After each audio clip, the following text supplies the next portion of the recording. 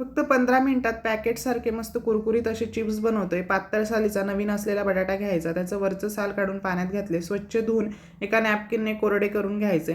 आता मी इथे हे चिप्स बनवून घेते। तुम्हाला हवं तर साधेसुद्धा बनवून घेऊ शकतात। मी इथे डिझाईनचे चिप्स बनवून घेतले। आता त्याच्यावरचं मॉइश्चर एखाद्या नॅपकिनला किंवा टिश्यूला पुसून घ्यायचं। हे बघा अशा पद्धतीने।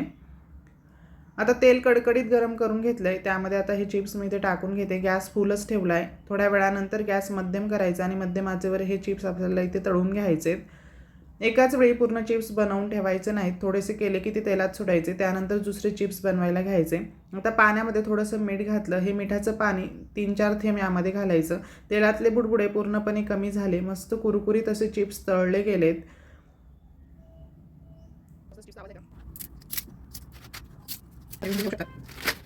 व्हिडिओ आवडल्यास जास्तीत जास्त लाईक करा, शेअर करा। धन्यवाद।